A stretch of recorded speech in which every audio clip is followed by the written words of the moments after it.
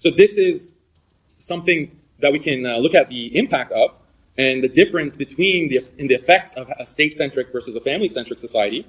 But we should also note the importance of gender roles within the family-centric society. And this is something that is mentioned in Islamic law, it's mentioned in the Quran, it's mentioned in Hadith very clearly, that men and women have defined roles. And Allah says in the Quran, "Al-rijalu qawwamuna 'ala an-nisa," right? Very popular, famous verse. And it means that men are the protectors and providers, qawwamun 'ala an-nisa, of women. And so this is defining the role of men as protectors and providers primarily. Women have the primary role within the family-centric society of providing care and education for children, as well as being responsible for the domestic domain. And we can see this very clearly as an anthropological fact. This is something that was assumed by scholars Islamically when we look at the tradition, but it's something that is also apparent within anthropological investigation of history and human cultures. And the importance of gender roles is clear because Allah has created men and women differently. The male is not the same as the female. And different genders have different strengths and have different abilities and capabilities. And this creates a harmony and a balance. And I know that many of you might find this very jarring to hear.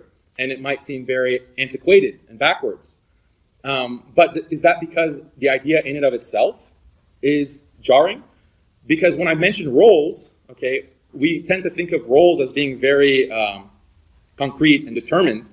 And that's not what I'm trying to propose to you. Rather, roles are aspirational, and roles, gender roles within Islamic discourse are based on this larger family-centric model where that logic of having roles between genders makes sense.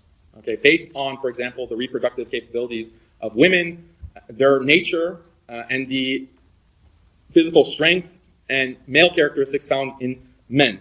And this is something that is hard to deny unless you appeal to a kind of postmodernist or extreme subjectivist view of human nature, which we can discuss later. But I want to give you an example now of what feminists will argue in light of what I've just said about traditional gender roles in the family-centric society. What feminists will say is that traditional societies relegate women to the domestic realm in order to keep them away from political and economic power. Political and economic power is found within the public domain, and therefore, by relegating women away from the public domain within the domestic domain, traditional societies have subjugated and oppressed and disenfranchised women, right? And this is the standard argument that's given.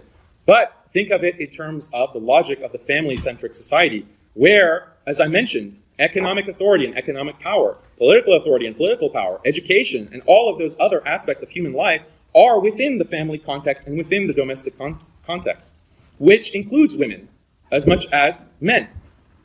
And so this notion of women being excluded from power does not apply in the context of a family-centric society. It applies in the context of a state-centric society because all of that power, economic, political, and so forth, has been extracted and ripped away from families and given to state and corporate institutions. Okay, because it's power to be able to educate children. It's power to be able to conduct business and to control the economy through corporate power. Whereas in the past, there were no corporations. Okay, all the major economic activity was on the basis of tribes and kinship groups, family, what we call family businesses, right? Those were the only kinds of businesses.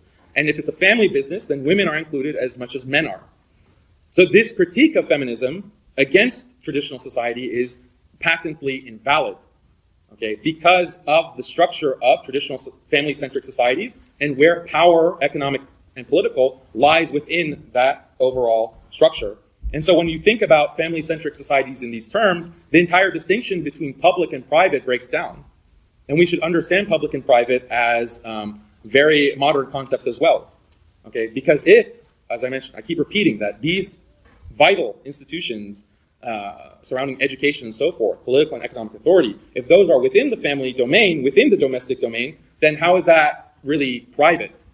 How is that really domestic? These labels that we can use are modern labels coming from social studies and anthropology and modern categories that we're then projecting onto traditional societies, and those categories don't always fit.